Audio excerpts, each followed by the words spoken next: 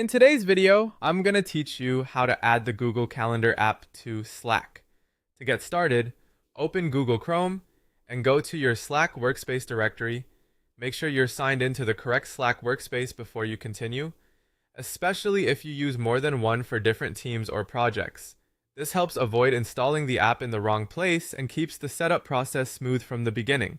Once you're inside the Workspace directory, look for the Google Calendar application wrapper.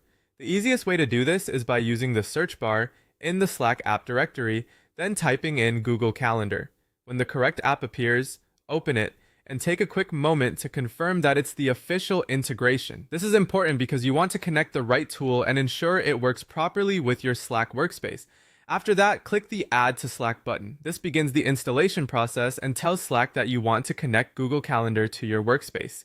Depending on your workspace settings, you may be able to complete this right away, or you may need approval from a workspace administrator. If you see any prompts or confirmation screens, just follow them carefully and continue through the setup. Next, you'll be asked to authorize permissions so Slack can link to your Google profile.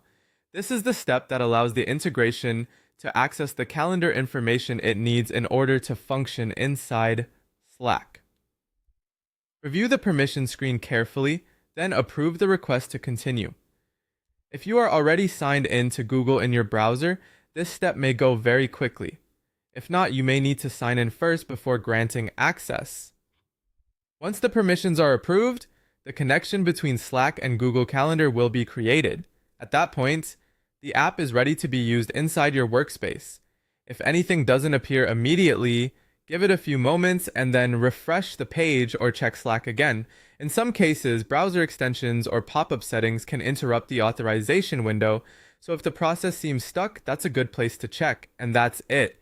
By opening your Slack workspace directory, finding the Google Calendar app, adding it to Slack, and authorizing the required permissions, you can quickly connect your calendar and start using the integration where you work every day.